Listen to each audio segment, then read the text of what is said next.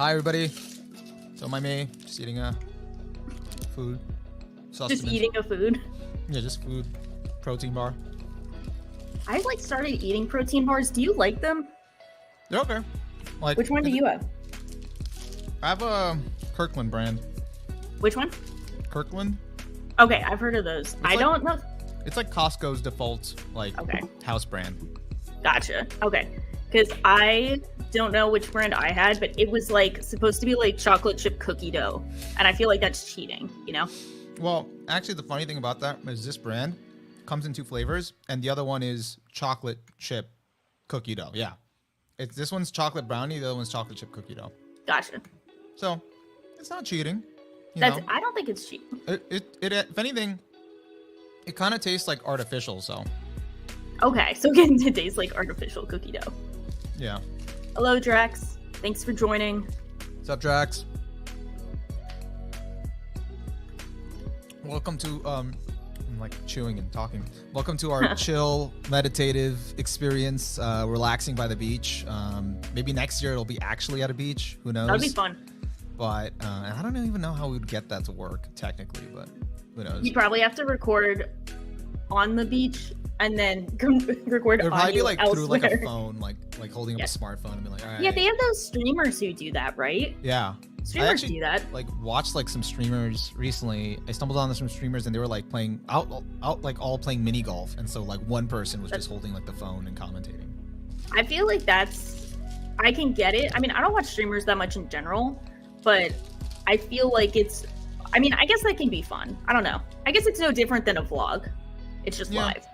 I was trying to think. I feel like it'd be hard to keep track because it would take you out of the experience, because you'd have to remember to keep, oh, I got to talk to the audience, got to talk to the chat, I got to. Yeah, I'd feel so bad at performing, so to speak, performing while doing real life things. On.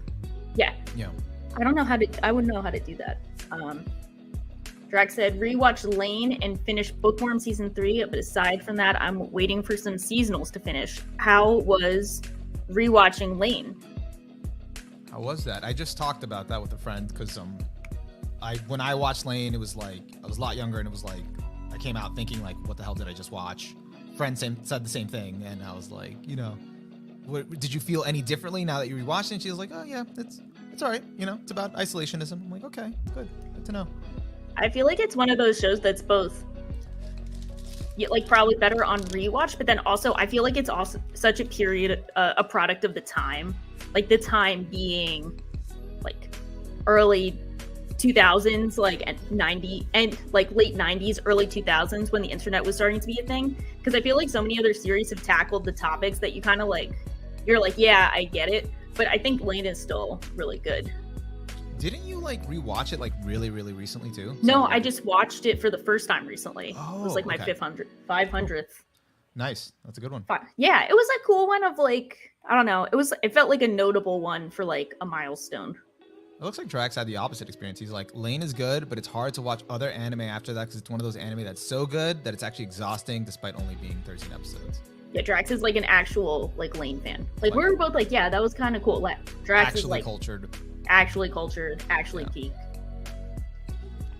Unlike me, Legend of the Galactic Heroes was supposed to ruin anime for me after this, and I forget. We kept saying that, and shout out to Shades who watched that episode, and he watched that episode. We got featured on Anydude Digest, which I appreciate, and he commented on our discussion, which is kind of cool because one, it's cool to be in Anydude Digest because it's a nice reminder that people are watching and have thoughts on your feelings or they have thoughts on your thoughts. Yeah. But it was cool because it was he watched the whole thing and was yeah, that was what it was cool what they were talking about. So I was thanks, Shapes. That was cool. But yeah, it's cool getting the feedback on hey, you guys covered this, didn't cover enough of that, but overall had a really good time with it. I'm nice. Yeah. Okay. We got top one of the week, so that was a highlight. So essentially, Ashita no Joe next. Yeah, we gotta. That's it. We gotta bump that up on the watch list.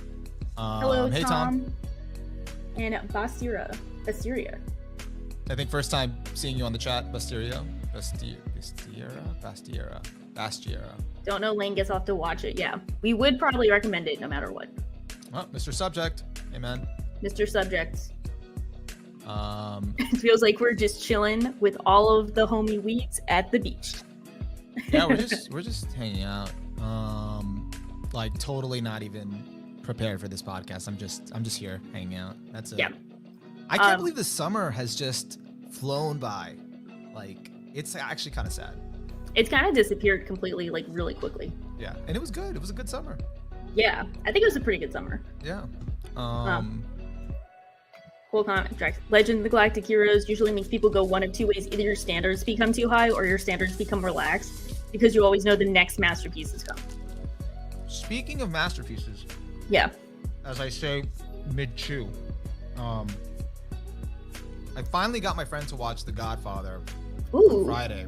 I bought it for him for his birthday. I bought him the trilogy because like I was telling him to watch it.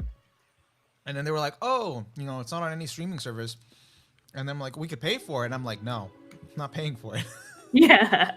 I'm like, I'd rather buy it to you as a birthday gift than pay for it to watch it on streaming service. That's so probably a better investment. Probably like a cool box set. But then he was like, I told him jokingly, like, hey, how would you feel if I got you this like for your birthday? He's like, I don't want a Blu-ray. I don't want I'm like, what if it has a digital code? I'm like, okay. So I can make sure to get with a digital code. Because then you can watch it on your laptop and stuff. So we got it. We did like a whole night, and then we watched The Godfather. And they were like, hey, I can see why it's a masterpiece. I'm like, there you go. This is it. There you go. Peak. Happy birthday. The gift of knowledge. Yeah, and now they want to see Godfather Part 2. Which is either as good or better, according to whoever you ask. It's really a toss-up. It depends on how you feel, but they're kind of like one of the few like examples in history where a sequel is kind of like on par with the original. I feel like The Godfather, as in the Godfather references, and my family loving The Godfather has been such a part of my life from like the earliest memory that I don't even know if I've seen Godfather 2 or if I just have like absorbed Godfather 2. Yeah, you are Godfather 2. I am Godfather 2. Godfather was so good. Where's Godfather 2? Like so many of the references I think have become so ingrained in the pop culture that you kind of forget that it is like this was the starting point for some of them. This is where it came from. He's that guy. Yeah, like when it got to that line, we're like, look at how they massacred my boy. And I'm like, yes, this is where it's from. Well, it was funny because my first memory of The Godfather is watching Rugrats and it's like the Rugrats movie where they go to Tokyo and it starts off with a Godfather reference. And so my uncle and mom are watching it with me. And it's like, of course, my uncle's like top one film. He references it. He does the accent. So he's watching the Rugrats with me and he's like, that's really funny. They're doing The Godfather. And I'm like, me, 7, like, what's The Godfather? What is that? Yeah. No. I love all the references to it. And it's like, you would see it all the references to it growing up, but you never got the frame of reference because only adults would get it. Because you as a kid you hadn't watched it. Shout out to the Rugrats movie. That's the real winner here. Big, that one was good. I remember watching that in theaters. I feel both like an asshole and blind with these glasses. I feel like such a tool. Like you're blind mostly. That feels so blind. You don't feel like an asshole. You just feel like you're having trouble seeing. I was supposed to wear shades, but then I forgot I don't have shades, so that's another. Shout out to my orthodontist because I was doing Invisalign, which is why I still talk with a lisp, not on this episode because I didn't wear them. But they keep giving me like free sunglasses, and they'll be like, "Do you want to keep these sunglasses?" I'm like, "Yes," every time. So I have like 3 of these. Oh, that's pretty cool. I'm definitely one of those people who can't have like expensive sunglasses because I think I'd break them or lose them. Well, what I wanted to do is my wife, she bought sunglasses that are prescription sunglasses a while back. So she'll just switch out and put on sunglasses. And I'm like, I should have done that. And I was going to, and then I never got around to it. So, because I don't like being blind with sunglasses on. So, yeah, I'm feeling kind of blind. Other hurdle. But you're wearing like contacts with sunglasses, right? No, I'm just blind. I'm just going blind. You're just blind. Okay, I'm just going. You don't need to see. I don't need. Sometimes I just really don't. Yeah. I feel unprepared sometimes, but I do. Yeah. Yeah, and if you haven't noticed already, we are talking about anime, but we're also talking about everything. Just as one does with the beach episode. But I guess should we like officially like kick the beach episode off? Like, should we play an intro, or should we just like not play an intro? Just be like, I don't know if we need an intro. No intro? Okay. This is the intro. Welcome to the Just Weebs podcast. I'm Onimaru. That's shocking. We are chilling today, and we're just going to be talking about whatever we need to catch up on, like anime, kind of shows we watched this summer. But since we did title it the beach episode, you know, it's our first beach episode, we got to talk a little bit about beach episodes, you know? I feel like it's a token, like, tradition of anime. Every anime, like, not every, but, like, mostly. You see a beach episode, you either groan, you either say, of course, or, like, you know, you kind of accepted it. Yeah. Kind of like a natural part of the fandom. But, yeah, beach episodes, I think, started out, back in I think with Astro Boy. I was like looking it up. It said like really Astro Boy, yeah. That's but so like funny. it didn't become popularized like until like Gainax, which Okay, makes sense. I can see that. Because apparently Nadia had like, and you guys in the chat that are obviously more well-versed can correct me on it, but apparently Nadia had like 2 beach episodes in it, and then like another one had like another beach episode in it, so kind of became more of a thing. Yeah. But yeah, like we were actually gonna we were contemplating like ranking like our favorite like beach episodes for this, but I couldn't even remember. Like I looked up a few like lists of like popular like well done beach episodes, because like the big thing with beach episodes is that they're commonly associated with just like, okay, this is just a fan service episode. It's just like an excuse to get them in swimsuits and, you know, all that stuff. It's like a filler episode, yeah. only instead of them kind of like having any kind of plot for it, they're just like, okay, we're not gonna really like go all out with like the production or writing for it. They're just gonna be at the beach. Yeah, they're just But the beach episodes that have like apparently are done well are the ones that kind of use it as an opportunity to kind of like not just have them be there, but like slow down and like focus on the character relationships, like especially if it's like a mecha show or something like where like the world is at stake. They can kind of take that time to like, you know, either get to know each other, like build on something more of the interpersonal stuff and whatever. So that's you know, that's what the good beach episodes are usually. Like one of the ones that I kept seeing on lists was like Darling in the Franxx. It was the only beach episode I could think of for this podcast where I'm like, what's a good beach episode? And you know how much it pains me to praise Darling in the Franxx, but I'm like, you know what? I know. It has been like 3+ years, and I remember the Darling in the Franxx beach episode. They did good with that. I didn't even remember. Like once they mentioned it, then I flashed back and I remembered. I'm like, okay, that was good. And then like I almost, because I know like it pains you to say it, I almost put 02 in my background, just 02 on the beach. That would be fair. I was just like this. I remember K-On! And then I remember K-On's beach episodes, but like I think so many series have had a beach episode in some capacity where they're like at the beach just chilling, but like that Darling in the Franxx one was where I was like, oh, you know what? I specifically remember this episode and what happens. So yeah. Good job, Darling in the Franxx. They did that one thing well. So, you know, I almost put her on the thumbnail, but then I was like, too far. That would probably work wonders. Yeah. Instead, we get Kirino, so that works out. Balances out. Yeah. Avatar beach episode is pretty kino. I mean, I actually just watched it recently because I was in book 3 and I was rewatching. Yeah. It was pretty good. But I love that. Sure, because, you know, like there's a whole toss-up of whether Avatar is anime or not. I'm like, you know, can we mention it? Can we compare it within the realm of anime beach episodes? Yeah. But it is a beach episode. Barikan Weeb says you're looking Chadley with those Thank glasses. you. I feel so See, blind. It's the third option. You're not an asshole, not blind, Chadley. Just Chad.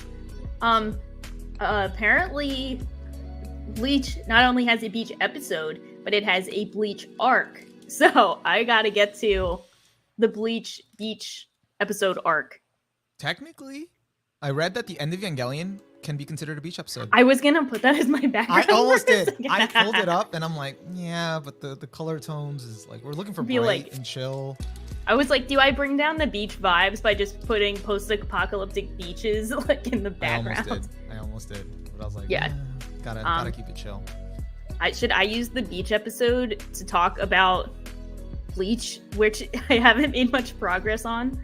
Aren't you like, you're like watching a ton of stuff? But yeah, let's talk about Bleach, because the new final season is coming out in October, and that's got some hype around it. So yeah, I'm like kind of excited for people. Oh, Nadia has a beach arc, not Bleach. Whoops, that makes sense. So I'm on like chapter 16 of Bleach, and the beginning feels pretty much exactly like the beginning of Yu Yu Hakusho, where they're doing like episodic adventures, kind of just like bopping around. Yeah. So I know that like the first arc will come soon, but I gotta really power through because it's not Bleach's fault. But I've seen like all of these kind of episodic tropes so much because like I grew up with them, you know, when Bleach was coming out, when it was like doing these things. And I'm talking about the like, you know, you got Ichigo and Rukia. She's like assisting him because he has her powers or whatever, so he has to go do the fighting, whatever. So it's like the classic, oh, his body gets swapped with someone else's body, and they have to go find that spirit dude who's like got his body and he's up to mischief, whatever. Like that kind of. That's pretty much the first season of Bleach, like the first. Yeah. It's all slice of life, you know. Yeah. Sort of.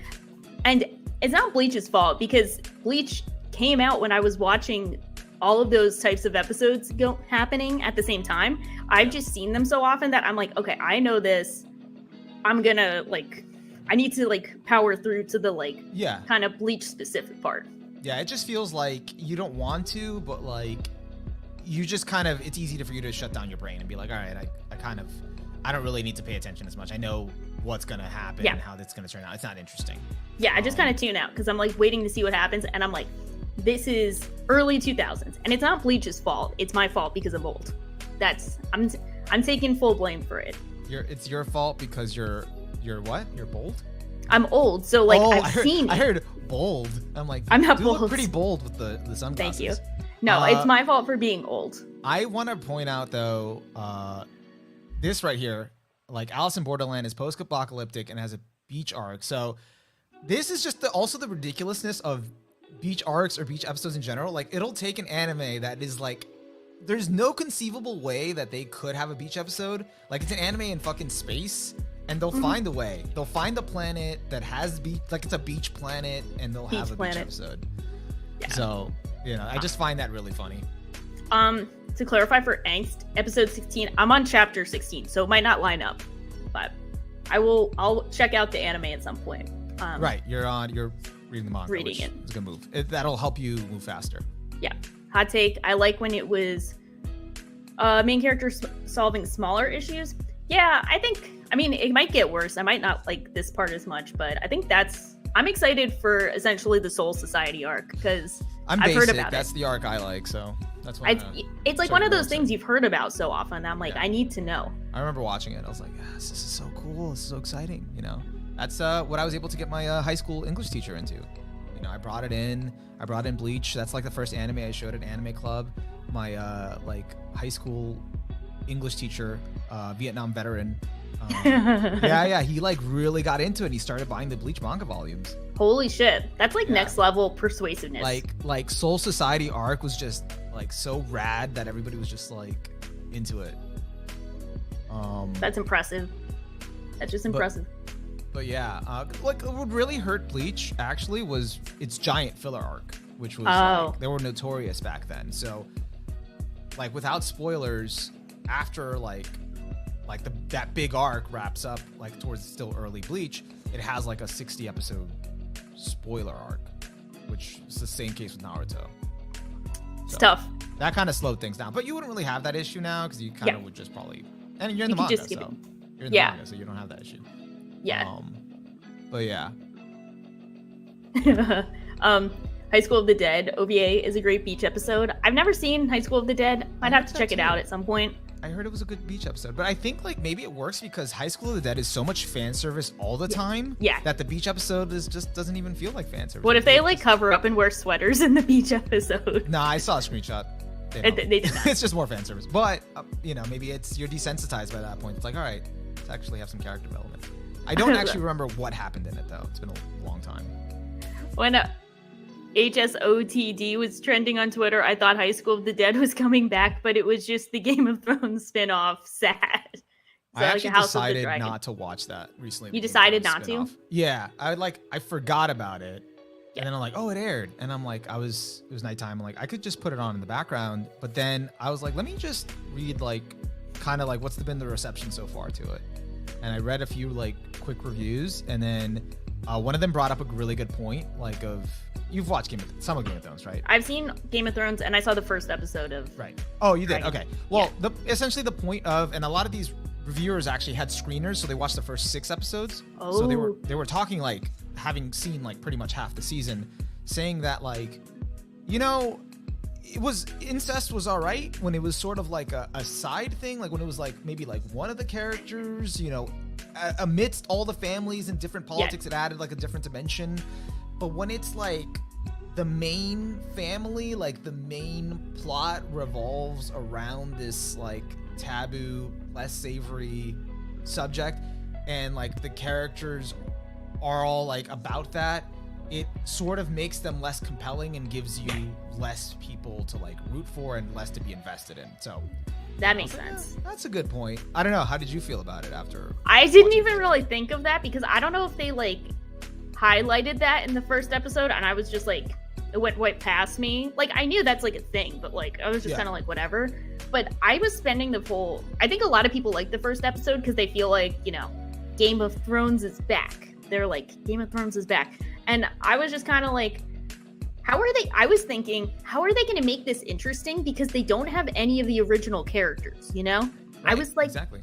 That's what I was so curious about. Because I'm like, yeah, like it's cool that there's dragons and stuff. And like we know of House Targaryen, but we don't know like the gritty details as much. But I just couldn't stop myself from thinking like, okay, but how are they going to tie this back in an interesting way? Like, are these all just like, they're all probably just brand new characters. And I'm like, how are they going to do as much heavy lifting with these characters that they did in the original season?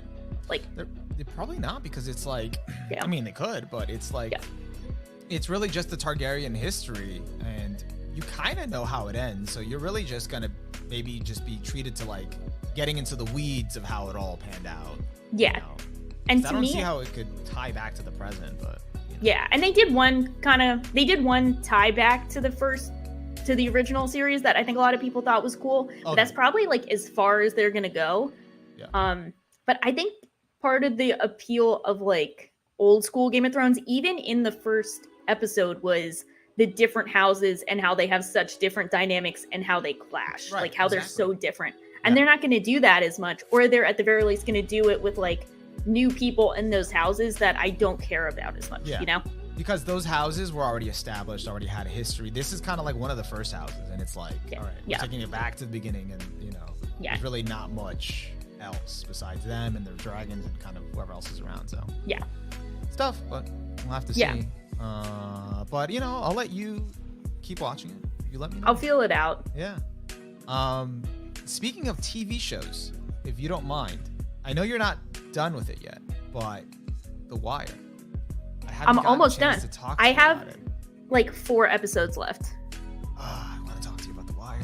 I was so close. I was like, maybe I can finish by Sunday, and I did not finish by Sunday. All right, let's just we can agree that season 4 was crazy, right? Season 4 is definitely the best. Like probably the most depressing TV I've ever seen.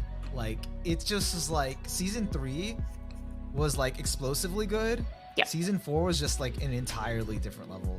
Season 4 really like it was so interesting because it's like, where do they go after season 3? And then it's like, okay, let's go to the schools. And it's like, okay, so this is a new level of depressing, and I was not ready for it. Like season 3 was like, okay, payoff, and that's what made it like good. And I'm trying not to like spoil for people that are genuinely still interested in watching it, even though it's been like 20 years. But hey, I was also late to the party.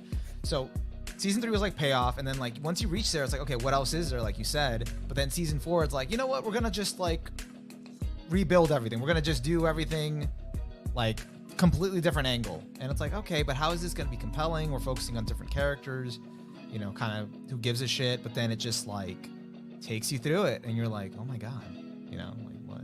It was wild. And I'm liking season 5 a lot more than I thought I would, because I always hear like doomer perspective on season 5. It's probably because it's not as good as season 4. Yeah. But like I think season 5 is still really good. I think it's going to end in a depressing way, but it'll be truly fitting of Baltimore, where my favorite quote from the show so far is when the chief of police is like, "It's Baltimore, gentlemen. God's not going to save you here." And I feel like that's just the theme of the whole show. Yeah. Thoughts on season 5 without taking into account you're not done yet. I didn't hate season 5.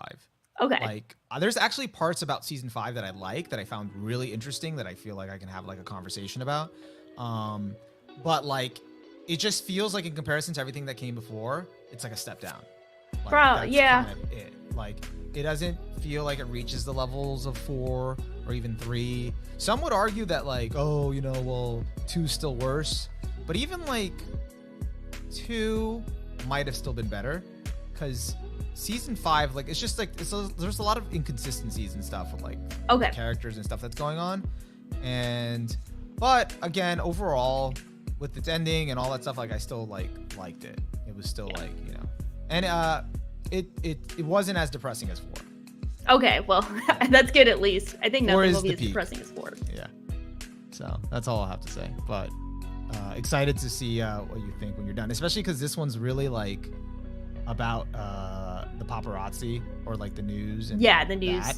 And I felt like that's so like relevant to now, and even like a lot of the like content creation and stuff like that. Yeah. Like, you know, sensationalism and all that other stuff. Like, it's just a very interesting topic. Yeah, it's definitely going to be interesting to see how it wraps up with 4 episodes, because I'm at the point, it's pretty funny. I won't spoil it, but it's at that like very sensationalized part. Yeah. Let me just check in on the chat here. Come on. This applies to Bleach. Okay. Better Call Saul ended. It was great.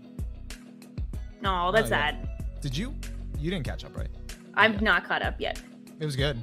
Yep. I'll just say that. I gotta see. Did you love it? Yeah, it was really good. That doesn't sound like love it. You're like, yeah, that was pretty good. Yeah. It was okay. Are you a Breaking Bad or Better Call Saul person? Or you like both? I like both. But like, if you had to pick one, which one do you think was better?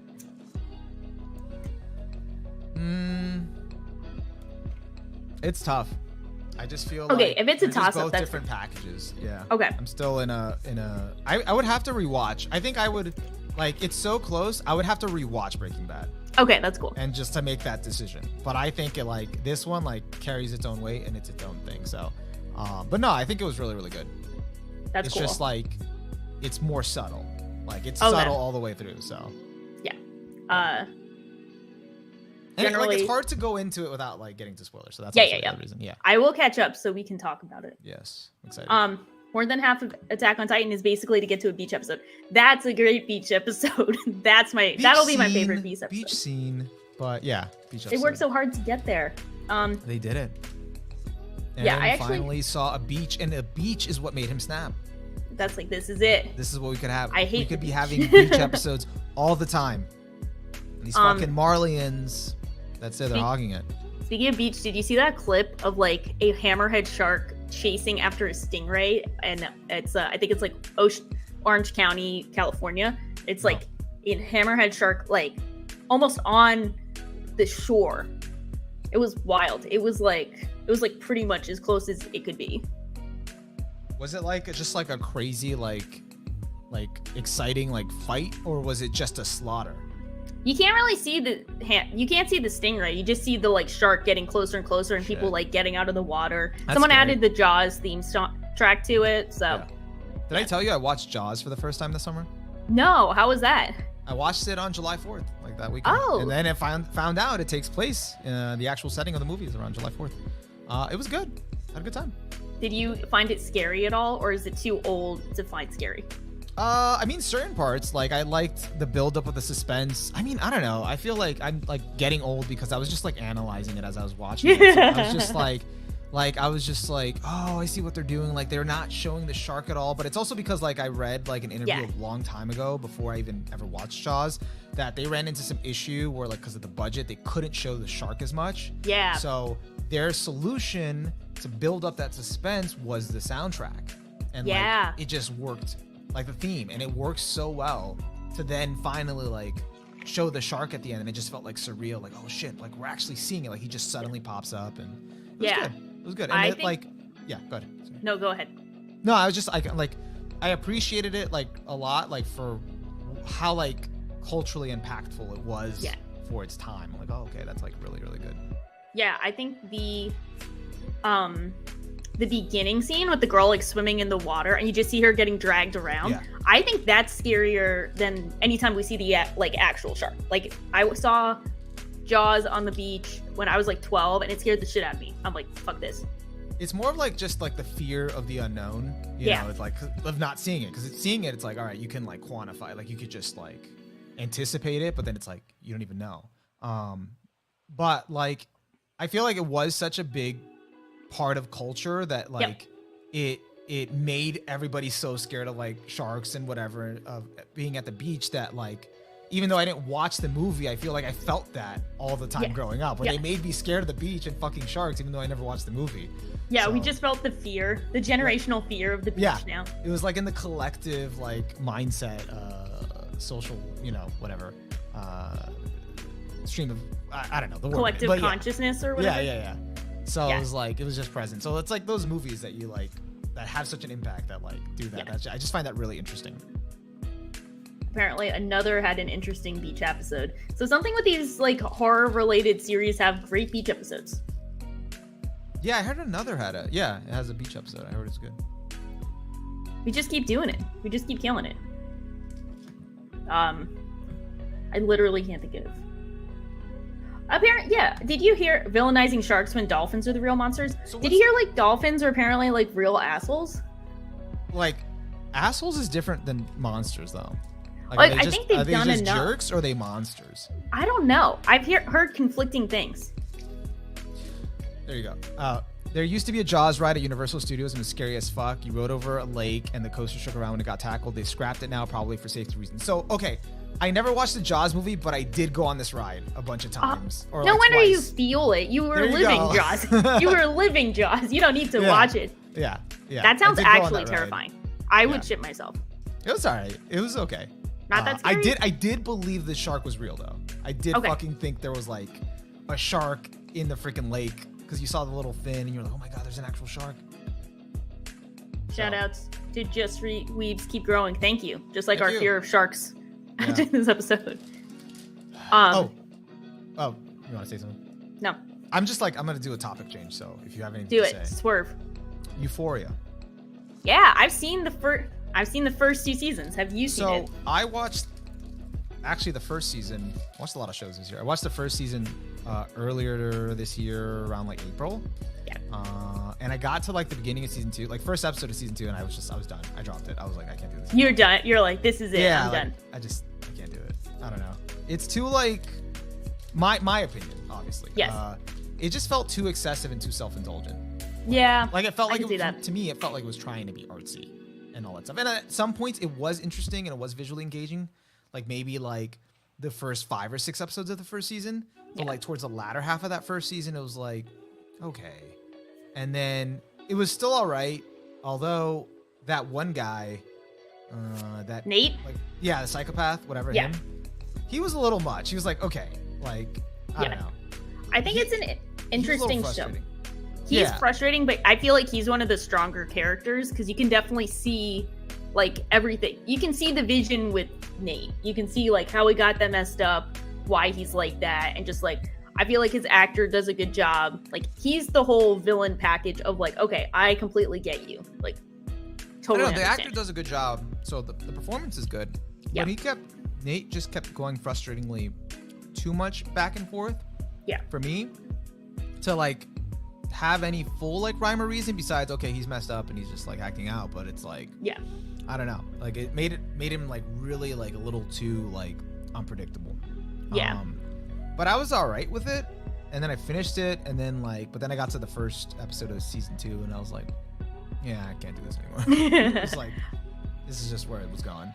I definitely liked it, but I think I agree with you that it's super self-indulgent and definitely like in your face about like every little element. But I think the problem for me was like season 1 worked really well because like every episode was focused on a character, and then you have like the other characters have stuff going on in the background which they'll like pick up on when they get to their episode. So it really worked when like each character had a focus for each episode in season 1. Like I think that worked out really well. But with season 2, they kind of lost that initial focus on each character, so it was just like everything happening all at once. Yeah. But I think while season 2 was definitely like a lot weaker for me, I think all of the Rue centered content was really good in season 2. Like those couple episodes with her were like really good. Because I like the thing I like, Rue is definitely I think the best character, like easily. Like her and Nate, I think are the two best characters. And I like the thing with Rue is that she's not like the typical way they portray drug addicts, where they're like, you know, they fell into hard times or they were hanging around the wrong crowd. You know, none of that. It's all of like she had these like mental health issues that were diagnosed and prescribed this medication. She got kind of addicted to opioids, which happens to so many people when they're like prescribed certain medications. And then she like has, you know, her dad dying and like she takes his meds. So like you could see the pipeline happening for her where it's just like so many different things went wrong, which is how she got to the point where she's at. And they do a good job of showing her just being like fundamentally an asshole to everyone. Like the way true addicts really do act for people. Like, you know, they do. So I think they've done such a good job with her that I'm definitely more invested in that than some of the other portrayals of like typical teenage issues. But it's as Alan said, there is a lot of penis. I feel like they're just kind of trying to like throw that around to try and like there was. I guess I was fine with it because I don't know. I watched Sex Education. I don't know if you've watched that one. I haven't seen that one. That one's pretty good. That one has a lot of penis too. So there you go. Heads up. I feel like they're just trying to like trying to like even the playing field in terms of like, you know, we show so much female nudity. Here's more male nudity. Yeah. Which is like yeah.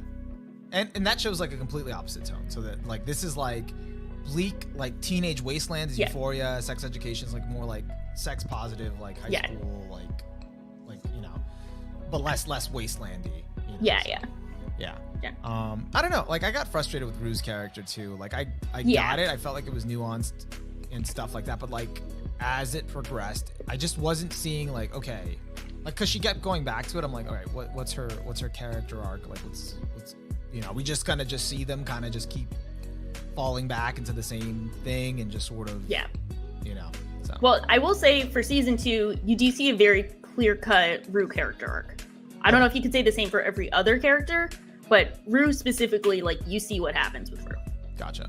But I think it's fundamentally a frustrating show. So if you're not really into seeing characters go back and forth from being, like, very frustrating, understandably, to, like, doing good, but then getting back to frustrating, like, if you're not ready for that kind of, like, seesaw, then it's definitely not going to be an enjoyable watch. But I kind of respect it. I think it's good. I think it's a good, like, here's how... I think it captures the like culture in the moment. Like this is how a lot of teens feel, and I think that's why it's so successful. Like it captures that feeling. Yeah, I'm just old. I think it was just like we had Skins, which is a bit different. Also British, so like that was a different one. Yeah. But you know that's a bit different. This one is definitely for the kids. So I'm old too, so I'm like, you know, go off. I just like see the excessiveness of like all the drugs and all the stuff, and like they're young, and I'm like, I don't know, man. Like I'm not into this. Yeah, I feel that. So it could be that. That's fair. But yeah, what else? I caught up to The Boys. Oh, okay. The Boys are back in town. Did you catch up like from season 1, or like you caught up? No, just season 3. Just season 3. Okay. Yeah, I had seen 1 and 2 when they came out, and then 3 came out, and I wasn't following it weekly, and now I'm like back with The Boys. Did you like season 3 the best? Yeah, it's definitely the best. You too? It's a toss up for me. I think I still I might like 1 better. I'm not sure. I have so much like small beef with 1. Like I don't think if it was just season 1, I don't think I would find The Boys that good, because I think 1 is too excessive with all of the different elements, like the like sexual stuff, the violence, all of that. I feel like it's a bit too excessive in those areas and not enough of the like clever commentary stuff, which really gets ramped up in like 2 and 3 definitely. So 1 is definitely the weakest for me, but it like, sets up the other seasons well. But I think 3 is just definitely the best at like all of the strengths of The Boys come through.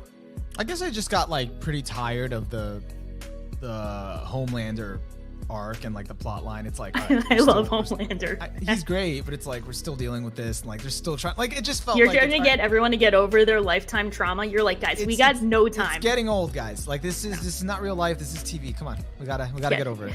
Yeah, go to therapy, please. You're like men or no superheroes will literally have an entire press tour and not go to therapy. I mean, just to be clear, like the superhero exploration, like on Homelander's part, like him, like kind of going back through his trauma and all that stuff, like that was interesting. That was genuinely like, I like what they're doing here. This is interesting and stuff like that. But I like the plot to like all the focus of the season was to like take down Homelander again with like this whole like plan and do all this stuff to then just spoiler, like not have it pan out the way they wanted. It's like, okay. And then season 4 is just going to be all about that. So it's like, I wonder, I mean, they might have to do something different if they recognize they just like can't take him down. Because it also just is starting to feel like, okay, he's like pretty much was already unstoppable, is becoming like more unstoppable. Yeah. So it's like they don't like really stand a chance. So yeah, you know, I think I think what's interesting is something I've noticed with the boys, this might just be like me, is I feel like it's almost less of like the superhero critique and more of like the corporation's media political structure critique. Like it's really a good like critique of just how like vapid a lot of like the corporations are and a lot of the causes are. So like you see like them mimicking all of these different types of like actual commercials. Like I don't know if you saw the like Kendall Jenner Pepsi commercial. I think I missed that one, but I did see some of the other commercial stuff, and I think that stuff's like really good. Yeah, so I think that part is just so funny to see how they navigate that. But if you have time, look up the Kendall Jenner Pepsi commercial. Check that out. It's probably the worst commercial of all time. It is like, it's literally so bad in every capacity, and they mimicked it perfectly. And A-Train could not be a better pick of someone to do that. Freaking A-Train. Yeah. I'm getting tired of A-Train too. I think it's tough. I like the characters because they're just going in so many different crazy directions of like getting worse, getting better, getting crazier. I think every time Homelander's on screen, just making like an absolutely batshit facial expression, I'm just like deceased. Yeah. No, like, yeah, he's pretty funny. I also like I found the stuff with the Deep like pretty funny. Yeah. Just because it's getting like so ridiculous, like they don't even know what to do with him anymore, or they're just kind of keep making him into a running joke. Oh yeah. Like now it's just clear that that's what they're doing, and it was just really funny, especially when like they had his like new wife just make him into like pretty much like a mouthpiece for her because he's so competent. When she's like texting him what to say, and he's like, actually crime is up in that area, so you have to do this, and Homelander's like, that's correct, Deep, thank you. Like it's like so surprised. Yeah. Like, oh, I think that's a good comment. I always thought Ryan would be the downfall to Homelander, at least narratively, but what they're doing is a lot more interesting. Yeah, I think that'll be an interesting focus if they focus on him a lot more in the next season. Yeah, I think that's definitely, they need to kind of like do a different angle, and I think that is an interesting angle to go with, especially since like Butcher kind of like butchered that relationship. So he did butcher that. Yeah, he lived up to his name. Yeah, exactly. Although the whole "I want to save you" thing, I thought that was not going to be a problem since that was a thing in season 1. I think he's referring also to Starlight and Huey. I think that was cool to show Huey kind of reverting back to like wanting to be strong and feeling like he was kind of powerless, but they handled it in a good way. So yeah, I thought it was interesting. I thought like, sure, he was being a jerk, but like everything he did say like made sense for his character, like why he would feel that way. So yeah, 100%. So I'm invested in kind of their dynamic, which is interesting. I thought they were gonna like legit like just be done with each other, but I guess that's still going. Yeah. But overall, good season. Very good memeable. Season. A lot of great memes came out of it. I just get all right. It's like still like just so funny. Yeah. The season opener though was like the most shock value of the whole season. Yeah, that's like one of those things where like, with both The Boys and Euphoria are both very gratuitous in different ways. and I think they both have good reasons for it. I think I would like if someone was like The Boys is too violent.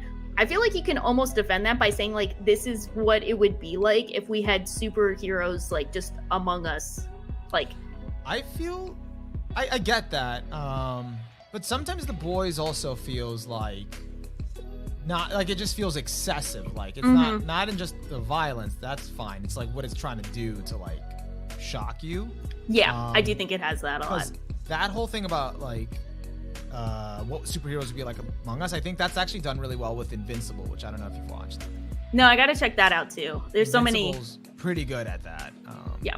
And there's been some comparisons of like Omni-Man versus Homelander and who to win. Yeah. So I gotta see that one. I feel like there is so much, like, there's only so much you can do with like consistent excessiveness to the point where you're like, okay, we get it, but yeah, like I feel like if we were to compare, I feel like The Boys does better the whole bigger picture corporation like media critique, whereas Invincible doesn't focus on that and just focuses more on the literal superheroes. So you get more of that angle of, okay, what would it actually be like if like actual superheroes existed in real life? Yeah, and that's all. It all kind of comes back from like, I'm sure there are other kind of parodies of this, but it's all kind of like Watchmen had that. Now we have like the new age kind of commentary and using superheroes. They're actually both Amazon now that I realize. Oh, it makes sense. Amazon has the monopoly on criticizing superheroes. There you go. Well, yeah. Anything else you've watched? Anime or non-anime? I watched recently. I don't know if you've ever heard of this one. It's a lot less well known than anything we just talked about. But I watched The Girl from the Other Side. I haven't heard of that one. So I've seen the manga for it a lot. I've seen the pictures of the manga from it a lot. It's like a white, it's like this kind of like old school fairy tale looking thing that's kind of sketchy. Like sketchy as in like the art style, not like sus sketchy. Yeah, I'm looking at it. It looks like you said. Yeah, and yeah, and not in the sus way. I haven't read the manga, but I'm probably going to now. But they have like 3-episode OVA series that Wit Studio did, and it looked really great. It was really interesting. I feel like they left out a lot of content because it's essentially just like an hour and a half movie with all the like manga content. But it's a really cool series. I would recommend it. I think the production for it was kind of like A-okay. It was really awesome. I'm definitely gonna read the manga though. I am like already certain it's better. Okay, so you just only watched the anime short for it. Yeah. Shout out to Tom, who has read it. At I think art for the manga is what I found. That's what I was looking at. Yeah, read that. It's quite fun. Has an old school European fairy tale. Yeah, I love that shit.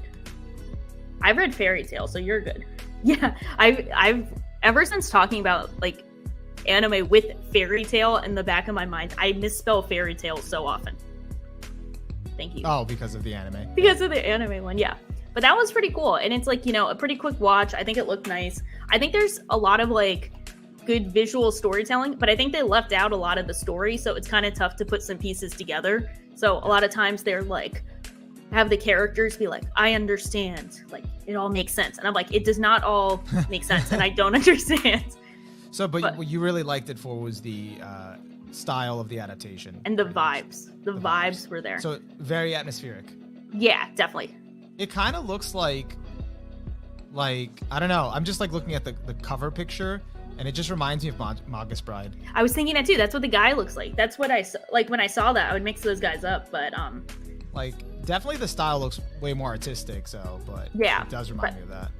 I think the manga will be. I'm excited to get to it. It looks really cool. It just looks like a really cool vibe. It's only 53 chapters. I can vibe with that, so I think that's pretty cool. Yeah, it's pretty short. And it's concluded already? Yeah, I think it finished last year. Oh, okay. Yeah. Manga, got it. Yeah. Have you seen anything else recently?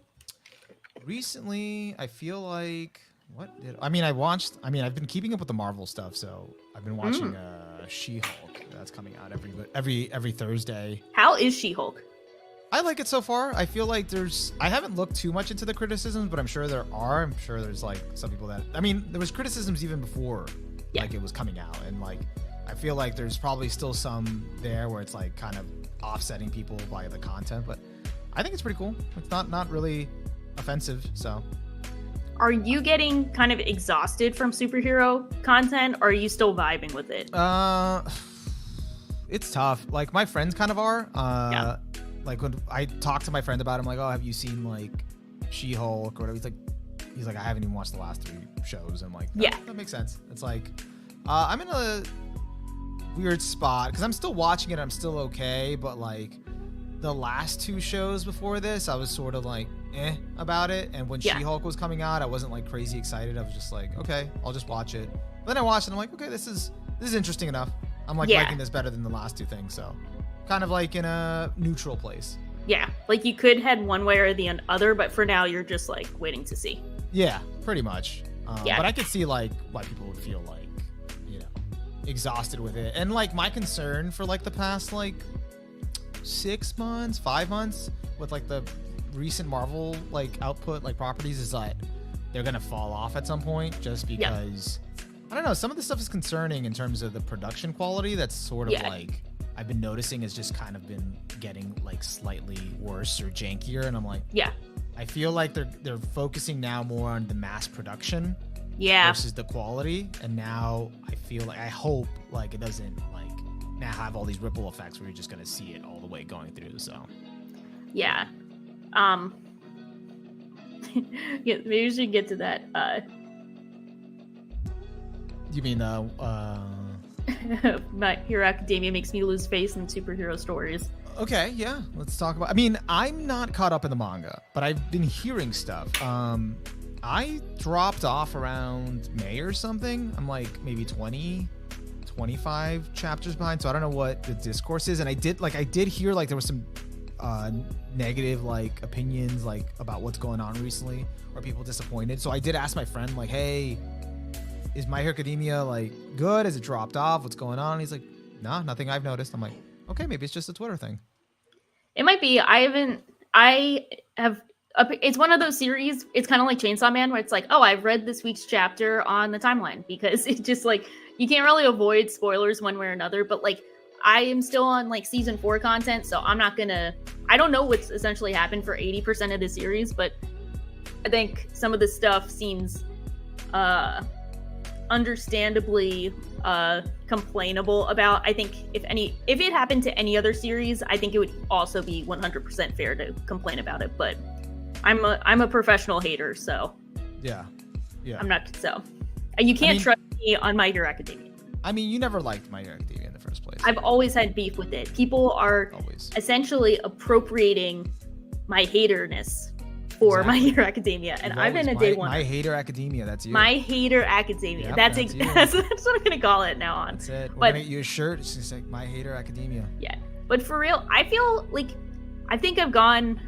You know, I've been such a long-term hater. On one hand, I think it's kind of funny to see what's happening, but on the other hand, I genuinely feel bad for Horikoshi, the mangaka, because I feel like there's so many little news reports that have either like outright said it or hinted at like him having these creative ideas being stifled either by Weekly Shonen Jump or the fan base just like not being tolerant of his ideas, that I feel kind of bad for him. And I do also feel bad for fans who've been like following along for so long and feel like absolutely like crushed by the recent like year of content that they feel is like rushed and stuff. So like I have sympathy because I've been there. We've all been there where like a manga we've been following for a while gets kind of, you know, crushed by the weekly update grind. So I feel for them.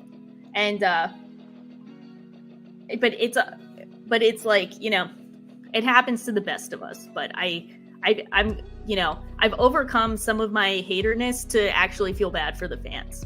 It's just weird, like being in the camp where like you've read a manga or a show and like I guess it, you know, it got like overhyped and, you know, people start hating it or something, but you like always see that like, I don't know, I felt like always since the beginning there was something there.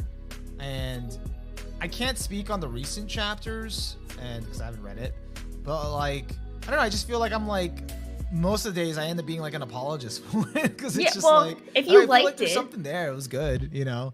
Well, so, if you liked it and you still like it, there's nothing to be ashamed about. Yeah, you know? I mean, I'm there's not. It's just, it's like, I don't know what's going on. I bet like I'm gonna catch up and be like, yeah, this does suck now.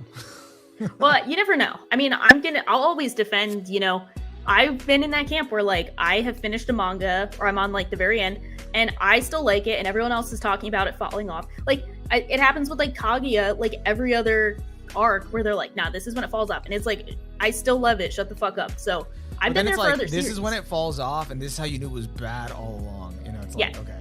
And I'm going to set the record straight. People are going to say, well, some people will say My Hero Academia was never good, but I saw them twerking for season 2. So I know that you guys were not actually there with me. I've been a true day one hater, and a lot of you guys just are switching up to what's new and trendy. And I remember, right. I don't forget. But are you a hater though? Because your official opinion is My Hero Academia is mid. It is mid, yeah. It's not actually terrible. It's average. For the record, it's not fucking Bubble, okay? Nothing. Bubble is bad, but it's also like normal bad. Like Bubble was never going to be good. Yeah. Bubble was set up to fail. Yeah. And you know what it is? I'm going to say this too. I don't dislike Your Name, but I sure as hell dislike the Your Name genre that came after Your Name. And that's 100% Bubble. Like Your Name is responsible for the creation of Bubble. And it doesn't make Your Name bad. It makes everyone who made stuff trying to emulate Your Name bad. Yeah. And this is when the pod gets really negative. Let's go. No, it isn't. No, but essentially, Bubble was kind of whatever. But yeah, Bubble was not a fun time. It was all right. It was okay. I'm just saying, I'm not a true actual like hater of My Hero Academia. I always thought it was mid Hero Academia, but I'm not the people in our chat because I did not talk to them. Well, except for like Angst in chat.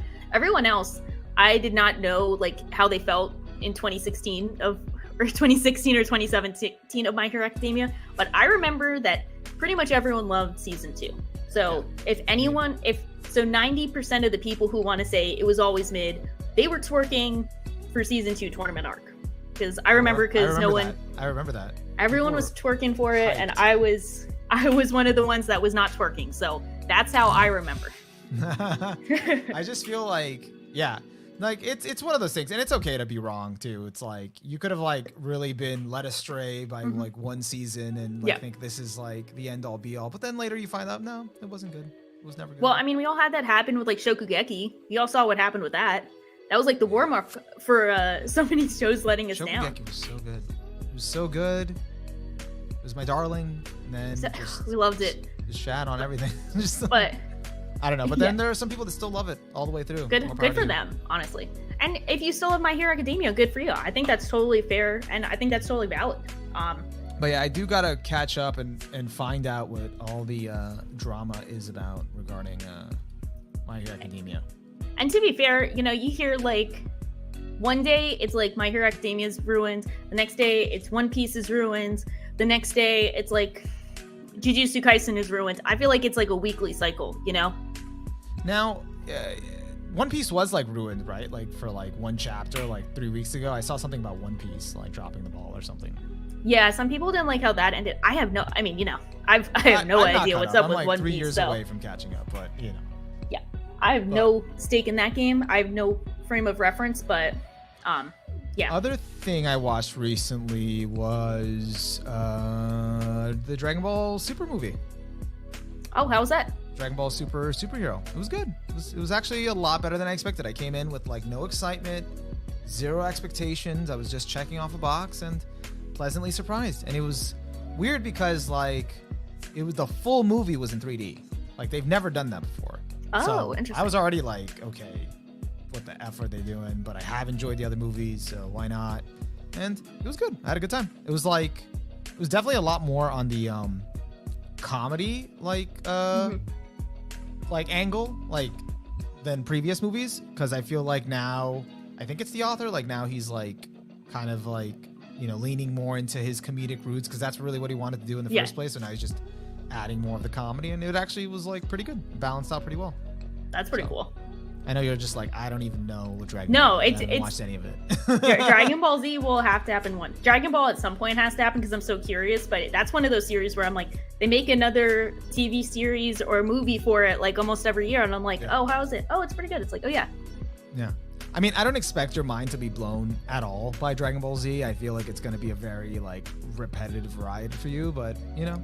Honestly, 100% I am going into it to understand more Gintama jokes because they make so many Dragon Ball jokes. Like they probably make the most Dragon Ball and One Piece jokes. So I need to understand both. But they make a lot of Dragon Ball jokes. Okay, yeah. Like they have an episode, a comedy episode where all of the girls are arguing over who the best guy is in Dragon Ball. Yeah. Like just by name. Like they're just dropping there. They're just like saying Vegeta doesn't do A, B, and C. Like he's such a man child or whatever. And then it's like all these other ones. And then the guys are like, wait, no, like Vegeta's my favorite character. How could they say this? Like stuff like that. So. Yeah. I mean, like, well, this was actually the first movie too where it didn't focus on like the leads. You know, it focused on like the characters that have not been getting love for years. So it was like, oh, that's cool. It actually worked out. But yeah, you got to find out who your fave is. Might be Vegeta. Just by speaking of OGs, because we're talking, Clausfox said don't skip the OG DB. Yeah, I will not. I got to see all of the DBs. That's the one that's like actually like has critical consensus that okay, we can't trash this one. Yeah.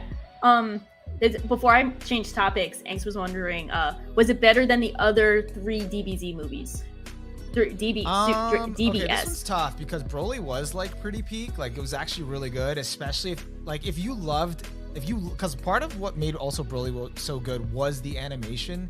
And if you love that animation like a lot, you're gonna be disappointed because it's just not. This is 3D. It doesn't look as smooth, and like the Broly movies just look so smooth with its animation. But besides that, like the content, you know, was pretty funny. I'd say like Broly was still better. Like this is kind of like a little bit below, but it's better than the other 2. I'll say that. Better than Resurrection of F, better than Battle of God. So it's pretty up there. So I liked it. It was a good time. Yeah, but they need to bring back the animation from Broly because that was. I heard that was like really popped off. Yeah, like it looked aesthetically pleasing. It was simple enough. It kind of, with the actual movements of the characters being so fluid and playful, it kind of felt like a throwback to OG Dragon Ball. So, because in Dragon Ball Z, they're all like more muscly and like, you know, like stiff looking when they move and stuff. So, yeah, it's cool. That's good to know. We need the Onimaru Dragon Ball tier list. That's it.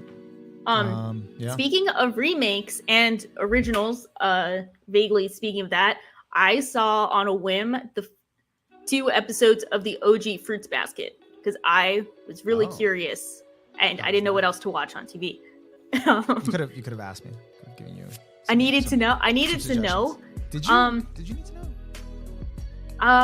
So all I'll say is I can 110% see why the new one is already rated so highly because they really did some like miracle work on those character designs. And you get it. And it's funny because I was re-listening to that podcast with us and how you were saying like, yeah, you know, the art was kind of bland, the backgrounds were bland, which they were when I looked at them. But I was just like, you know what? They did such a facelift for the original series and the manga that I didn't even care. I was just happy that it got a facelift. And I can see the like maybe the original has a bit more soul, which is like it has a bit of soul. Yeah. But I don't know if it's the good kind of soul. It might be some bad soul. Like I don't know. And for anyone who's like, oh, it's just old. We are old. We grew up watching stuff in that art style from that time period. I watched Fruits Basket when it was so maybe like a little after. Yeah. So we are familiar with that time period and that art style and similar shows with other similar art styles. And I don't think it holds up well for that age. I got called out on my Nana video for saying it looked dated, the art style. It does look dated though. But it looks, what I meant was it looks dated for the time period it came out. Because other shows that came out in that time period look better. Okay, I am gonna say I take offense to them taking offense because when I watched your Nana video, everyone, if you haven't seen Onimaru's Nana video, it's very well done. It's really good. Go check it out. I was listening to your video and you said, you know, even though it's dated, and I'm like, you know what? This is a very like accurate, but very like accurate, generous, but also like expressive way of conveying that it does look dated. And I'm like, I agree. I think you're totally on the like spot on with that. Yeah, because like someone took it to me like, oh, you're one of those that says old animation, not gonna check it out. And then I'm like, no, it wasn't about that. Like, I watched Legend of the Galactic Heroes. Like, I didn't have an issue with that.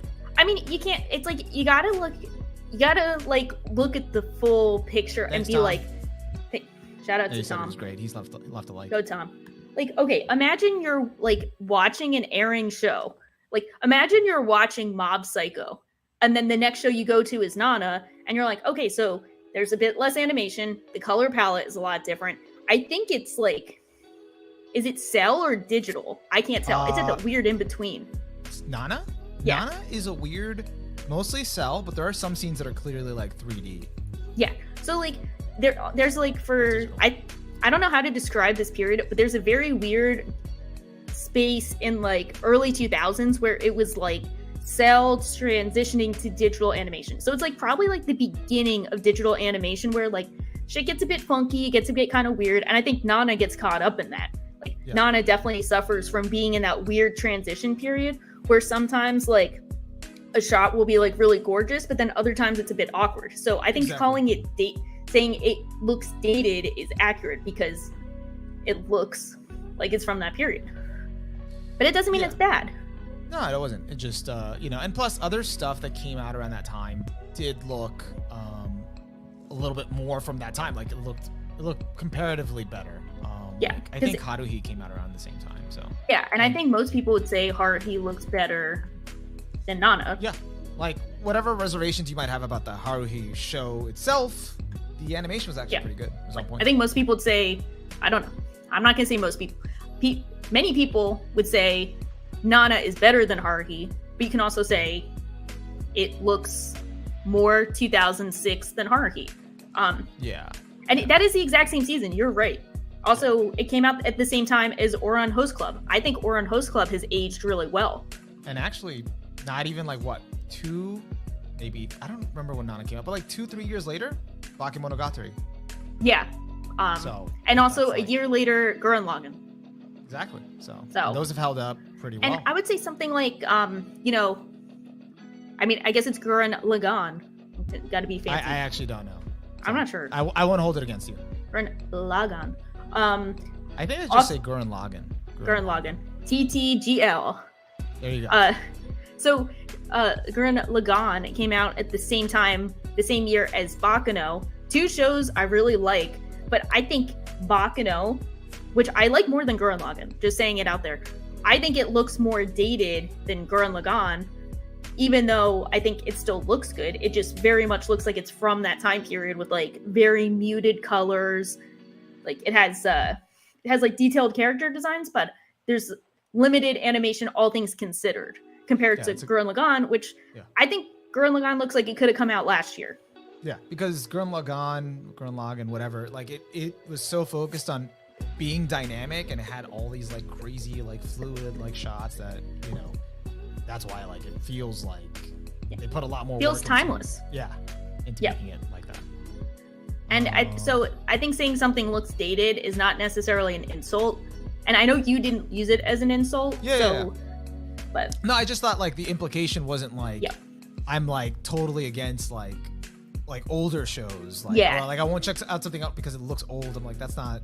I watched Berserk 1997. I'm like, and I had a good time. So I'm like, that looks dated by this point. Although I've heard Outlaw Star has not held up. Really well. Like I think if you compare like Bebop, Trigun, and Outlaw Star, Bebop holds up the best looks wise. I agree with that.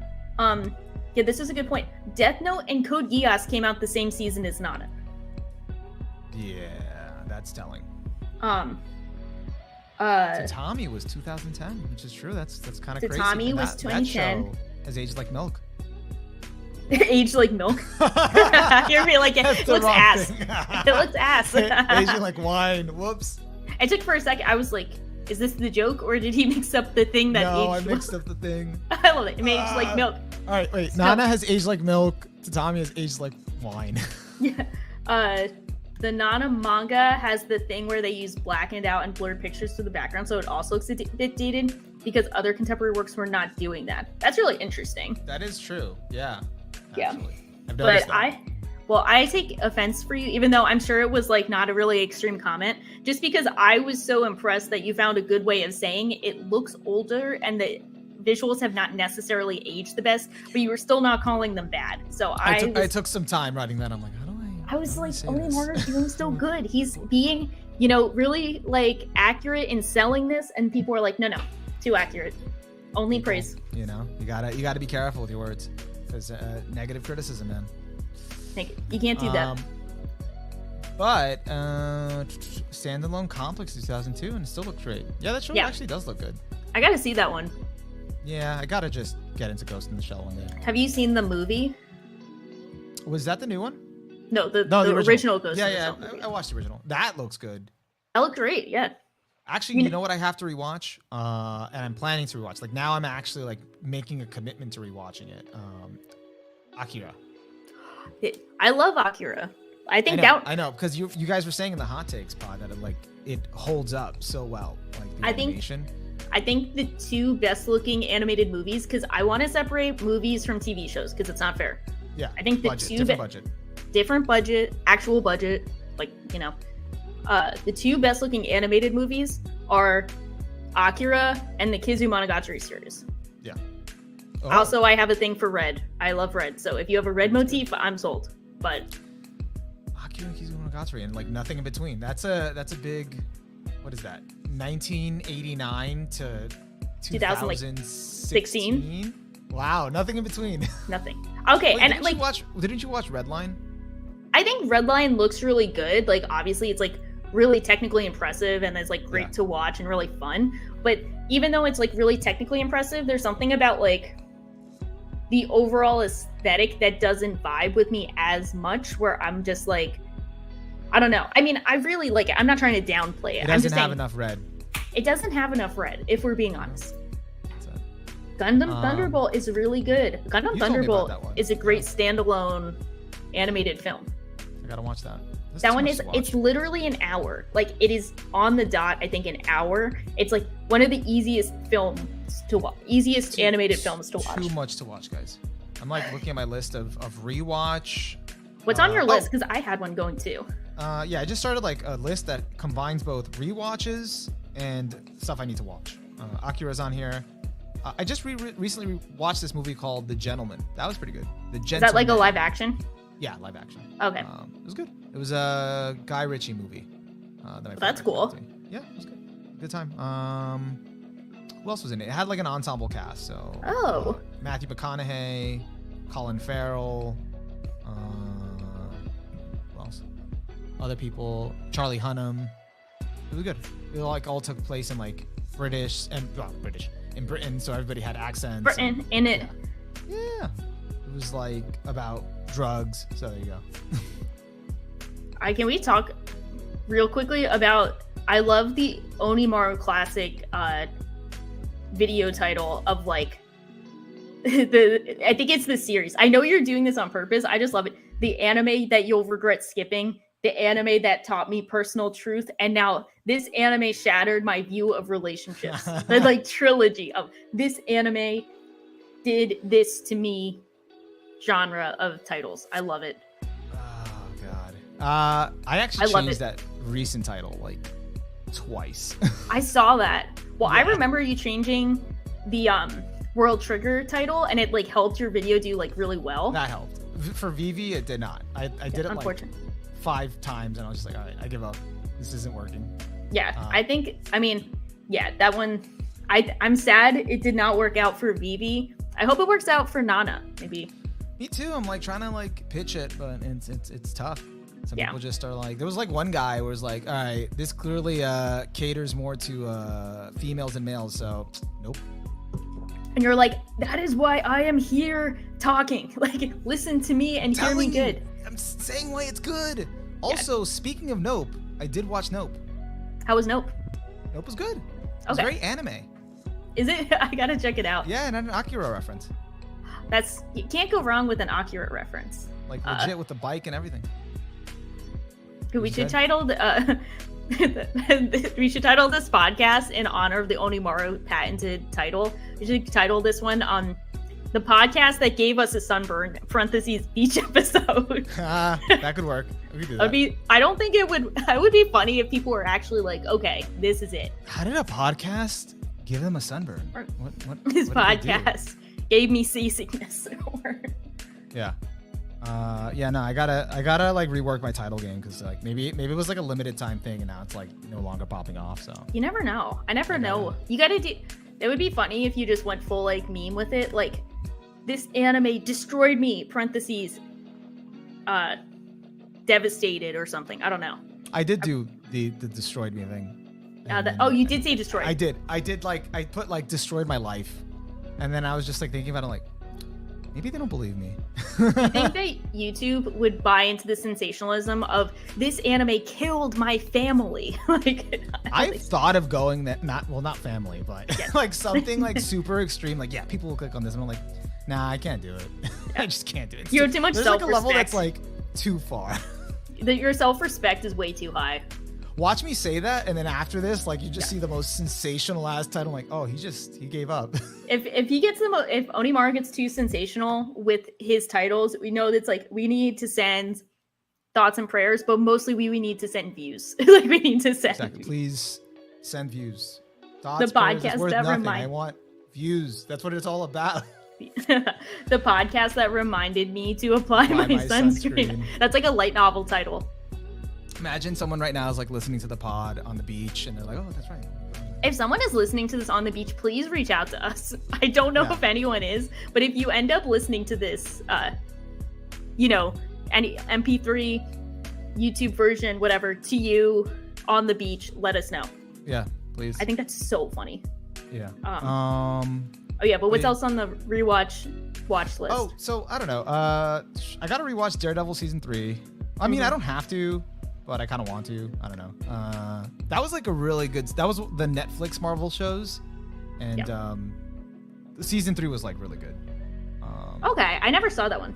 Yeah, it was like after that it got canceled, so it was like a really high note for the show to end on. And the only other reason is because they're bringing back the actor as the character into the Marvel universe. Yeah, that's cool. So he's set to actually cameo in She-Hulk. So I was like, oh, maybe I should just rewatch it. But that's kind of like also because I've watched it already. It's more of I'm gonna be doing like work and this is on in the background and I have to like pay attention. Tempted to rewatch Cobra Kai season 4 because I'm already planning for season 5. There you go. Season 5. I already planned out my binge the day of, so yes, that's happening. I gotta catch up.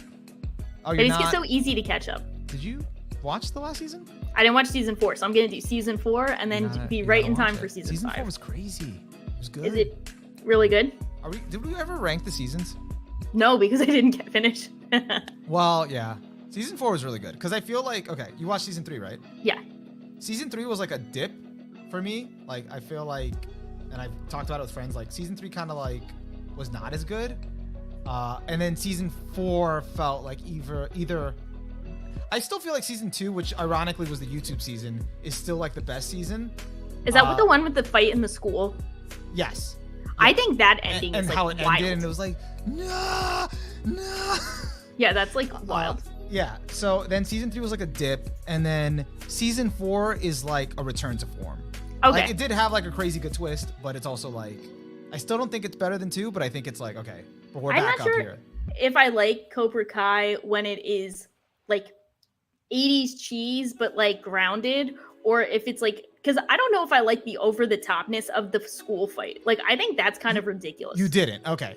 I'm on the fence. My friend thought it was like super hype and like the best. I thought it was cool, but I could see your reservation, like you're being on the fence about it. I could see why. Yeah, because I'm just like, I don't know if I want like it felt like Power Rangers. I'm gonna be Well, honest. yeah, that's the thing. Is it's like, okay, fight in school, cool. Someone getting grievously injured because of the fight. I'm like, this got a bit weird. This got a bit serious. Power Rangers meets what's a dramatic show? Degrassi. Power Rangers meets Degrassi. Drake fell over the thing. Degrassi is gotta be like just like one of the most wild shows that like I experienced at some point. That like I don't know how many people have seen Degrassi, so I can't fully reference it. But that show I only is saw like wild. an episode once, but I heard of its reputation after like when I checked. My uncle watched it once like randomly, and he thought it was like the funniest show ever. So we both kind of like meme watched it together, and the two scenes. What?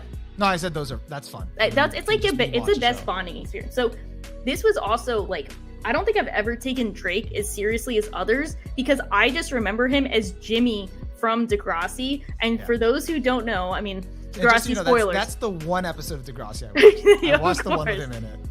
And so it takes place in Canada. First important note.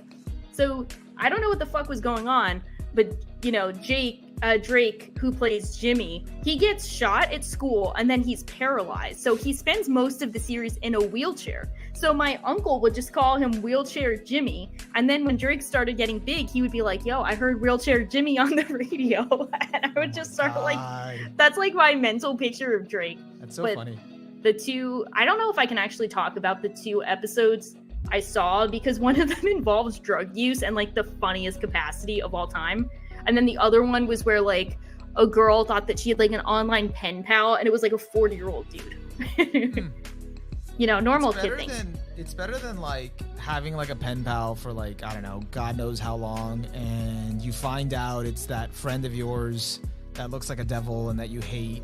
And that he's constantly like trying to sabotage your life. And his name is Azu. Good thing it's not Azu. Good reference. I was like, is this Azu? Yeah, it's Azu. There it is. I was like, okay, she's not getting. All right, Azu.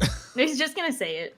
Straying further away. But yeah, no, I don't know. The fight was cool. It definitely like was some emotional manipulation to try to like, you know, get me to fucking worry about this kid that freaking fell off the thing. But, you know, they bring it back in season 3. They bring it back. That makes sense. Have you seen Sandman?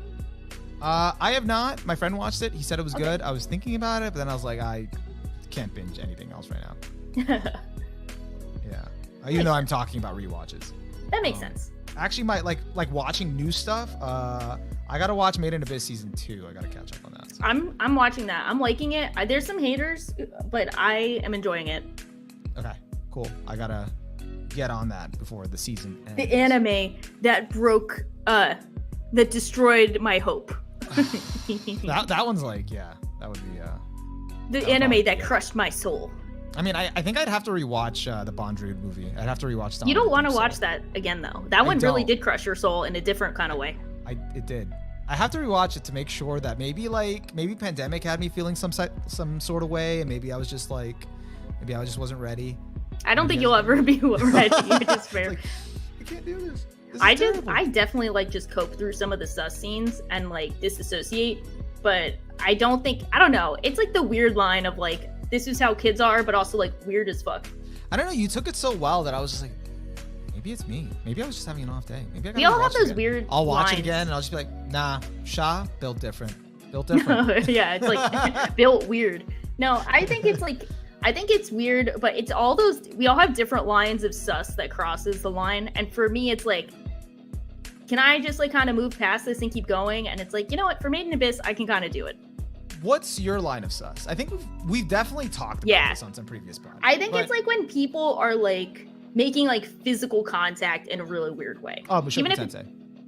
Mushoku Tensei, or my go-to slander, because like I've seen people like make uncomfortable jokes or like references. I'm like, yo, that's kind of a weird thing to say. But I think when they put it like into action, that's when I'm like, okay, let's pump the brakes, you know? Yeah. It's like, all right, now it's getting a little skeevy. Now it's getting creepy. Now it's like, okay. But I've seen like real life karma come full force when like my favorite dude from Umineko makes some weird jokes about like wanting to touch his cousin's boobs, and I'm like, this is definitely my karma for complaining about Araragi for like 10 years straight. Not 10 years, for 5 years. None of your that's my favorite real life characters karma. can escape, you know? Yeah. I feel like we should just make a list we definitely need to have a popular characters list episode, but we should make one of like, okay, let's find a favorite popular character that is completely like clean slate, nothing problematic about them. It would be tough because they'd probably be really boring. But that's the challenge. Yeah, we should find controversial characters tier list and just like have like a roast, but then also determine like where they should go. Like the Araragi, the Rudies, the that's it. People would be offended if some people made the list, and it's like, hey, gotta take the L's and the wins. Yeah, it was just like, all right, this this is just all business, nothing personal. Nothing personal, kid. We just gotta rank them. Or on High School Host Club rewatch. Nice. And I don't know. I haven't watched it since like it aired. Angst, I can answer that. The hat guy from FATA has sus moments. He's like Kiritsugu sus, but not in the same way. But it's like he's supposed to be bad, so no one ever glorifies it. But everyone also just kind of dabs on him. But I think he's pretty angst core. I think you'd like him. So I recommend the FATA train for you. Yeah, you gotta like the toxic goats. I got a few toxic goats. I realized Shigure from Fruits Basket. Yeah, I like. He's toxic like, yeah, I guess he's toxic too. Takumi from Nana. Yeah, the as I call the Griffith of Shoujo, which I don't know if you saw this, but the Nana mangaka did an interview where she like talked about her favorite characters. Did she? Okay, I didn't see it. And she loves Takumi so much. Like you could tell she would date Takumi if he was real. And she said that she read a lot of Berserk. So I'm like, so he is the Griffith of Shoujo. That's so cool actually. But I can tell because of like you're reading something or you watch an anime and you can tell like a character that just gets so much screen time or has all these issues and they just get so much like attention and explanations that you're like, okay, there's definitely a lot of love being given to this character for a reason. Yeah. I always love it when the mangakas like their favorite characters are not the favorites of like the audience per se. They're just like, nah, I actually find that character very bland. I like the spicy one. Yeah, and it's like you wrote them. You did that. Yeah. Like I think Ren and Nana O are definitely more popular than Hachi and Takumi as characters, but like she I think likes Hachi and Takumi the most, and I'm like, okay, that's cool. Yeah, because like for example, like the Fruits Basket author like acknowledges that like Toru is kind of like not normal in their level of like empathy, like not a normal person. I don't know. Read an interview can like, like probably functions like that, but she had to like write her that way for like because it would like make sense for the story and it's what the characters needed. So it's like even the author's like aware. Yeah, Flotch stand. Yeah, he's a good example. Flotch. Isayama is like, this is what I don't want, and Flotch stands are like, reporting for duty. Here we go. Isayama's like, he's actually my favorite character. He's my favorite all along. Not Aaron. Other stuff. Let's see. Let me see. Have you watched anything good? I mean, you've watched a lot of stuff. I've seen too much good, but I think too much good, not enough. Bad. I think after Legend of the Galactic Heroes, I think I'm gonna go on my old anime kick. So it might be Deskai time. I'm not sure if I'm saying his name correctly. Deskai? Which one's that?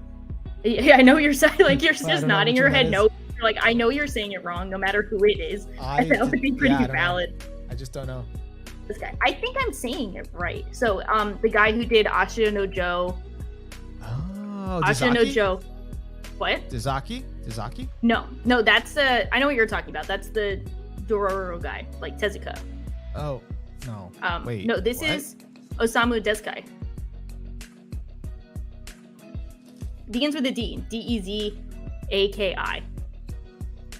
A-K-I? Yeah, I'm gonna link to you. Dezaki. Dezaki. Yeah, Dezaki. Dezaki. Okay, that's how you say it. I don't know. I've only watched enough. I thought you said Dezaki. No. Dezaki. That sounds better. It's only because I've watched enough Shabe's like videos or references where he always talks about him. So it's like, okay, that makes sense. Okay, it's definitely it. So him, I'll learn how to say his name by the time I watch one of his shows. So I think I'm gonna do the Asha no Joe, Rosa for Sales, and Rosa for Zai. Oh yeah, Rosa for Zai. And One-sama, Dear Brother. Wait, you're gonna do Ashita no Joe without me? Well, we could do it together. I didn't download it yet, technically. No, you could watch it. I'll catch up like a year from now. Okay, I got the 2 other ones downloaded. If you want in, I could watch those first and then wait for you. Nah, it's all right. I still I literally started Chihayafuru. Chihayafuru? There you go. Thank you. I just said Karma. I like the emphasis. Chihayafuru. I'm like, I don't know how to pronounce this. I'm gonna go safe, just phonetically. Chihayafuru. No, that was good. I watched the first episode and it was good. I just haven't gotten to the rest. So yeah, I think it's a good start. I think it's you'll see the vision. I'll see. I'm already seeing what you guys were like touching on about the romance like triangle. I'm like, this is like right from the very first episode. It's like being set up. It does not. You can see the vision of everything very clearly, very quick. Yeah. I still gotta finish Clanad. What? Oh, you're Clanad? Clanad. Is it Clanad? Did you say Clanad? I said Clanad. I might have to join you when you watch Clanad. I have to rewatch it. I watched the first 4 episodes, and it was one of those that I just stopped and never got back to. Yeah, that's fair. That, and I need to finish K-On! Season 2. Yeah. Kyoani Club. Yeah. I kind of want to do... Oh, don't watch the Clanad movie first if you want to respect it. Yeah, don't do that. How about Kaiba? I still haven't gotten to Kaiba. I have this whole Yuasa list I have to get to. So the Yuasa don't ask me about Yuasa. That's for part 2. That's for part 2 of that. That's a separate thing. Yeah. Wait, did we ever talk about Stranger Things season 4? We did. No, we didn't. We didn't? Okay. No. Oh my god, I loved it. Because we talked about the whole anime thing, like how it had an anime vibe and the whole thing. I got my ass beat for saying I think Stranger Things is the most like anime feeling TV show that doesn't have a connection to anime. I got beat the fuck up. Oh, because they were inspired by anime, right? No, because Power Ranger stands are like, excuse me, who the fuck do you think you are? And I'm like, I'm pretty sure Power Rangers has some kind of like tangible connection to anime. But at the same time, I was just having a Twitter moment where I'm like, I just want to make a blanket statement and not have to check my sources or consider every other possibility. I just want to speak out of my ass and say, I feel like Stranger Things is the most anime, and I got beat the fuck up. My ass was beat and the quote retweets, as the kids say. Great power comes great responsibility. Yeah, I didn't do all the qualifiers. I didn't do I didn't MLA source my tweet. Why? But I've heard that the creators were inspired. Like they were inspired by Elfen Lied or something. Yeah, like they wanted to create like an anime, like a powerful anime type girl, like that idea. They're running with that. And you can see that in season 4. Season 4 felt like an anime. Season 4, like you saw like little hints of it sprinkled that you didn't make the connection before, but then season 4 is like no, like it's there. Here it is. Like, literally had insert songs, the power of friendship, absorbing. Well, I don't know if I don't want to get into spoilers, but power of friendship, absorbing people's essence. All I'm gonna say, without any spoilers, is and I didn't think I would have one of these. One of my most peak moments in all of fiction is in the second to last episode. I think it's the second to last episode or whatever of this show, of the season. I'm trying to think. It might.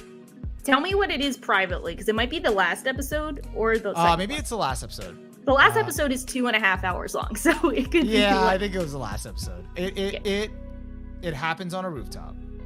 That was the most anime thing I've seen. Like I've seen anime, and that's more anime. I had a moment of like, I feel like I wish I could go back to that moment, like unrelive that moment, so I could like live it again. Yeah. It was just such a like moment of disbelief. Like wait, is this happening? This is happening. Yeah, it was great. I don't know. I really liked it. I think something with Stranger Things, I know that people are always kind of like flip-floppy on Stranger Things, where they're like, it shouldn't be as popular, or it's not as good as like the first season, like et cetera, et cetera. They're kind of like, people have various thoughts on Stranger Things, but no, I don't think there's a hour-long show, like formatted show, where they're like hours long, that is as easy to watch as Stranger Things. Like I went through Stranger Things season 4 in like 2 days. I inhaled it, but I wasn't analyzing anything. I just was just like, I'm just gonna sit back and just watch this. And then I No just kept thoughts, all watching. vibes. Yeah. Yeah, and I was just like, I'm just having a good time. Like, I didn't even care, like, about, you know, if they're doing too much of this or too little of that. Like, sure, there were weaker, like, plot threads or whatever, but, like, it was just kind of easy to just go through all of it, so. I love that. The strangest thing was that I trusted you. Sigma grind set. I don't remember. Is that referencing something? No, that's just a meme. Okay. That's just memeing. I'm like under a rock with memes. No, that's fair. Yeah, no, it was really easy to watch though. I had a good time. I liked the new characters introduced too. I stand by the Russia arc. There you go. You stand by Russia. That was the one time when I was like, I'm fighting for my life, but it worked out well. I had a good time with it. The one I don't stand by is the stupid van arc. The van subplot. The van. That's a bit silly. Yeah, that was just like, okay. It's a bit frivolous. So my Stranger Thing take overall, if someone is like, oh, this thing gets bad, this thing is silly, well, whenever people get too in the weeds, I would say, realistically, Stranger Things is one of those shows that anything after the first season is already kind of preposterous. Because I think the appeal of the show is that it's like these everyday kids and everyday people who are like frankly untrained for this kind of supernatural situation are brought together because they're all in on they all can see the truth behind like the government conspiracy theories that like the person is missing and they've gone someplace and they know something's up. So they all come together under this sole cause and then they're able to figure their way out despite the supernatural stuff. That kind of works for like one season. Anything else is so far-fetched because they're untrained, normal people. So it wouldn't make sense for those people to be in that situation over and over again. So it's already beyond the suspension of disbelief. So now you just kind of got to vibe. It's exactly it, because it's like, you know, they already kind of did everything. The main appeal and premise of the show was in that first season. After that, it's sort of like, you know, bonus. Yeah, and they do a good job, all things considered. Yeah. Yeah, because they essentially beat that, like, the first quest, you know, everything else is New Game Plus, so. Yeah, it's a New Game Plus type series. We're on the New Game Plus. That's the best way of putting it. It's like, all right, you know, we'll have a stint in Russia, we'll, like, you know, we'll split the crew up, we'll do all this other stuff. I have watched The Good Place. The Good Place is amazing. It's a good place? It is. It's a great place. And then, have you seen This Is Us? Oops. Yeah, I have not seen it. We're getting crazy. I've not seen I don't know if I've seen that. I felt like, wasn't that one of those shows that's like really like made a lot of people cry? Might have. That's The Good Place. I feel like I know that one. Feelsy. Have you watched Bridgerton? No. How was that? It was good. I think I've been slacking. I've been slacking on live action series in general. It was good. Very interesting. It's like definitely a soap opera. So it's okay. It's but it's interesting because it's like they all have like it's all in like a revised, like it's historical fiction, like a revised sort of like Britain, whatever, you know, and everybody has accents and cool like outfits and all that stuff, but it's obviously not like it's based on Britain, but it's not actually like what Britain would be like, so, or something like that. It was really cool. It was fun. It's more of like a scandalous like twists and turns as you'd expect from a soap opera. Gotcha. If you like Nana, you'll enjoy it. I don't know. Sometimes it's just too much. It just hurts too much. It's one of those that's just hard to put like down. Like it's easy to just keep watching. Content machine goes burr. I do not read books. You know what? I like books. Not to be like, I like books, but I can't get into audiobooks. I don't know what it is. It's something about like, I need to like read a physical book. I can't like listen to someone saying it to me. Does that make sense? I've done a few audiobooks. It's not bad. Okay. I might try it. It just depends. They're the best, I think, when you like have a long car ride and it's just like you want to just put something on and you could just breeze through the whole thing. It's hard to like devote that time when you're home. You kind of got other things because you're just paying attention to other things. I've read a few books. Those are cool. You've read a book or two? I've read a book or two. I have a book or two under my belt. Some classics. So I know the lay of the land. What is your favorite high school required reading book? That's the question. Here we go again. Not Catcher in the Rye. It wasn't? That's mine. I've seen some. No. We've talked about it. I know you think we love did. Catcher in the Rye. Did we have this exact conversation? We did. That would be on brand for me. Sorry. No, it's okay. It was a long time ago. My favorite book from high school is a book that not many people, I think, read for high school, which was called Confederacy of Dunces. Okay, I didn't have to read that. Yeah. Most people didn't. So, like, a lot of times when I mention it's like, oh, they don't know the book. And I kind of get it because it was like, I think it's a bit more obscure, on the more obscure side. So yeah. That sounds kind of cool. Is it like is it comedy kind of thing? Yeah, it's more on the comedy side. Gotcha. So it's really funny. But like the main character is essentially, now that I think about it, he's essentially a NEET. like a 1920s version of a NEET. That's awesome. Yeah. Jamie's got me on audiobooks. Thank you. Yeah, downloading books is cool. I would rather read physical books, but I will read books on the computer. Things They Carried, I was like kind of lukewarm on that just because I think we had to read it, but I probably appreciate it now. Yeah. The thing with like books, like if lighting isn't an issue, I would prefer to have the physical book. Just like able to open it up and But once it gets dark, it's like, all right, I gotta turn on a lamp. Yeah. So I just sound like really lazy saying that, but hey, sometimes I don't have a lamp available. No, my husband was reading a book and he refused to turn the light on. So he's reading a physical book and he has his iPhone light. I'm like, do you want me to turn the light on? He's like, nah. Kindred spirit. You do the same thing. Totally gets it. Yeah. I don't really have much else to say. I think we could end it off on, are you excited for JoJo Part 6? I'm sorry. Yeah, JoJo Part 6, Part 2. Yeah. Or whatever. Coming out on Netflix in what, 3 days? I don't know, 5 days? I am excited because I like JoJo Part 6. I am not excited that I forgot about JoJo because Netflix has done such a shitty job of handling Everybody it. forgot. Yeah. Everybody. It's like, oh, that's coming out. Honestly, I just cannot stand I can't stand with Netflix pulling this shit. I hope they don't get Part 7 or any other JoJo part. They are just the worst. Just Weebs gonna take an official stance against Netflix? I don't know if it matters. Are we gonna rally the powers of all of our fans and boycott Netflix and demand that anime be returned to its rightful place under the wing of, I don't know, who would that be? Crunchyroll? I'd rather be on Crunchyroll I'm than not on Netflix. board with this, just so we need to go back to YouTube anime videos in 3 parts for 80p. Yes, we need it rightfully placed back to the hands of vintage YouTube in 3 parts, maybe 4, maybe 8 parts. We'll take 8 parts. As Kami-sama intended. Exactly. That is what we need. Those are our demands. You know where to reach us. If you don't, that's at JustWeepsPod on Twitter. Yep.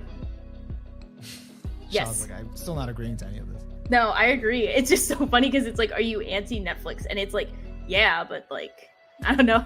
Yeah. Yeah. Yeah. Are you anti-Netflix? I like Netflix, but at the very least, we know Netflix has not been the worst streaming service of the past couple weeks after the whole WB fiasco on HBO Max. That's kind of crazy. And it was like the best streaming service, so it's like, but I get it. They weren't really making any money off of it, so.